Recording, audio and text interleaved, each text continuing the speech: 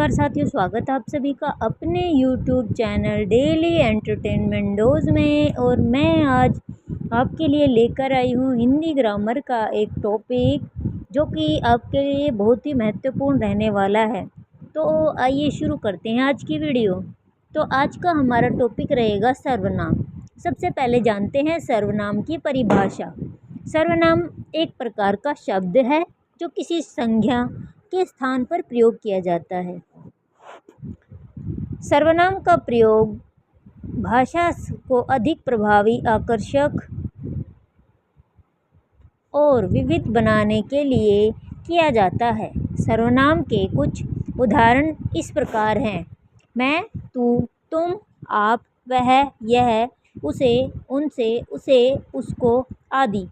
सर्वनाम का प्रयोग वाक्य के विभिन्न कारकों में किया जाता है, जैसे कर्ता, कर्म, संप्रदान, अप्रत्यक्ष कर्म, अधिकरण, संबंध कारक आदि।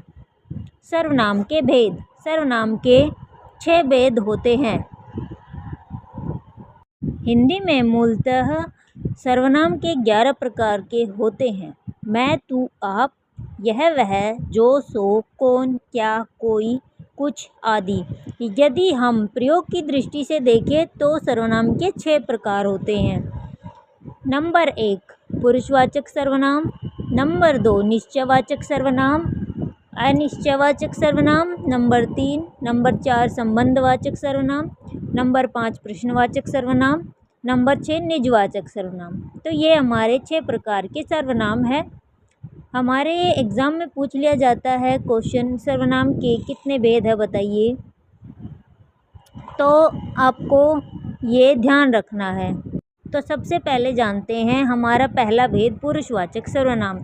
जब कोई व्यक्ति किसी अन्य व्यक्ति के लिए कोई बात कहता है तो मुख्य रूप से 3 वाचक प्रयुक्त होते हैं। जब कोई व्यक्ति किसी अन्य व्यक्ति के लिए कोई बात कहता है तो मुख्य रूप से 3 वाचक प्रयुक्त होते हैं। जो सर्वनाम बोलने और सुनने के लिए उपयोग किए जाते हैं उन्हें पुरुषवाचक सर्वनाम कहते हैं। इस सर्वनाम के बहुत से उदाहरण हैं, जैसे तू, वह आदि। इनको हम उदाहरण से समझ सकते हैं। उसने मुझे बोला था कि तुम पढ़ रही हो। अगर हम इस वाक्य की बात करें तो इसमें 3 तरह के सर्वनाम प्रयोग किए गए हैं: उसने, मुझे और तुम। इससे यह पता चलता है कि पुरुषवाचक सर्वनाम 3 प्रकार के होते हैं।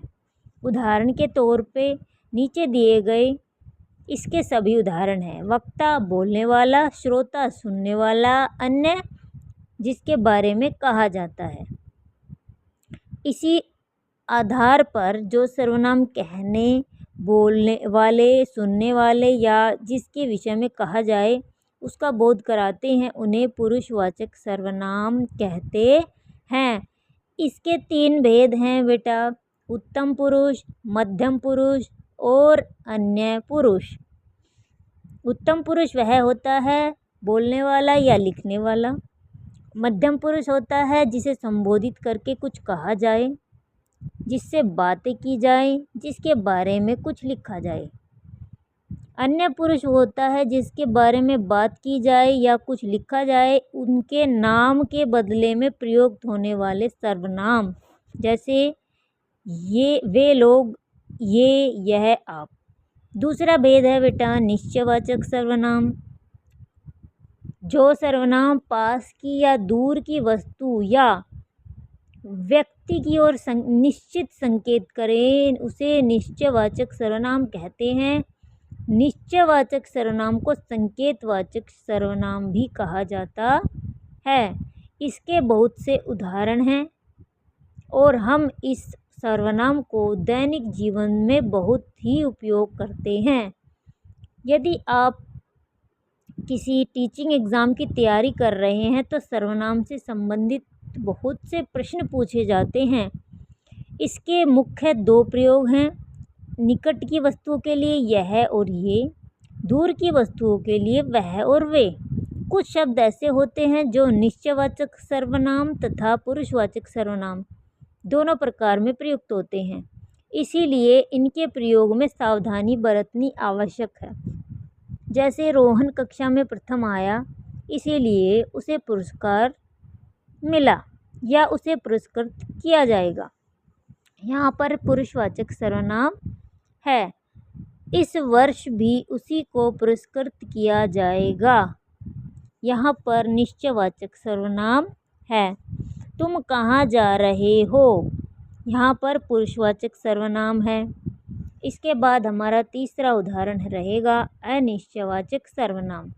जिस सर्वनाम के प्रयोग से किसी निश्चित प्राणी या वस्तु का बोध न हो, वे अनिश्चयवाचक सर्वनाम कहलाते हैं। जैसे कोई, कुछ, कोई सर्वनाम का प्रयोग प्राय प्राणीवाचक सर्वनाम के लिए किया जाता है, जैसे कोई तुम्हें बुला रहा है, और कुछ सर्वनाम का प्रयोग वस्तु या अप्राणीवाचक के लिए किया जाता है, जैसे कुछ सेब यहाँ पड़े हैं, कहीं, किसी, कुछ आदि अनिश्चय सर्वनाम कहलाते हैं। अनिश्चयवाचक सर्वनाम के कुछ प्रमुख उदाहरण हैं।